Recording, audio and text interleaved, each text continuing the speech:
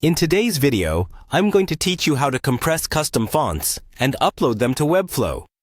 Let's get started by first navigating to Webflow's website. You can do this by opening your web browser and entering the URL in the address bar. Once the page has loaded, you'll want to locate and click on the Login button. It's typically found at the top right corner of the home page. If you haven't already got a Webflow account, you'll need to sign up to proceed.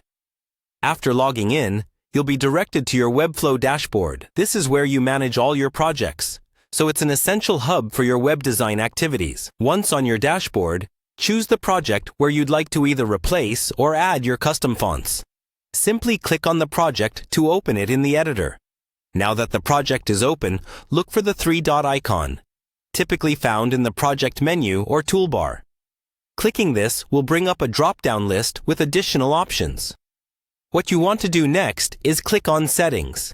This leads you to a new section dedicated to the various settings for the project. When you enter the Settings page, look for and click on Fonts in the menu.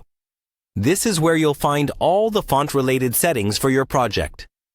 It's a crucial page because this is where you'll manage your default project fonts and add any custom fonts you wish to use in your design. What you need to do next is simple. Just click on Custom Fonts. This section allows you to upload your own fonts, offering you the flexibility to use fonts that aren't included in the standard library. Custom fonts can add a unique flair to your design, setting it apart from standard template-based sites. The final step in this process is to upload the font file. Look for the Upload button.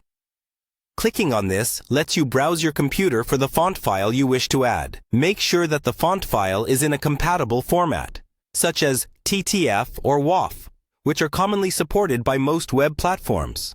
Once you've selected the font file and confirmed the upload, Webflow will handle the rest. The system will process and integrate the font, making it available within the typography settings for that project. This allows you to apply your custom font across any text element in your design, enhancing your site's visual aesthetic. That's it. By following these steps, you'll be able to successfully compress custom fonts and upload them to Webflow. Thanks for watching, and if you found this tutorial helpful, don't forget to like and subscribe for more web design tips.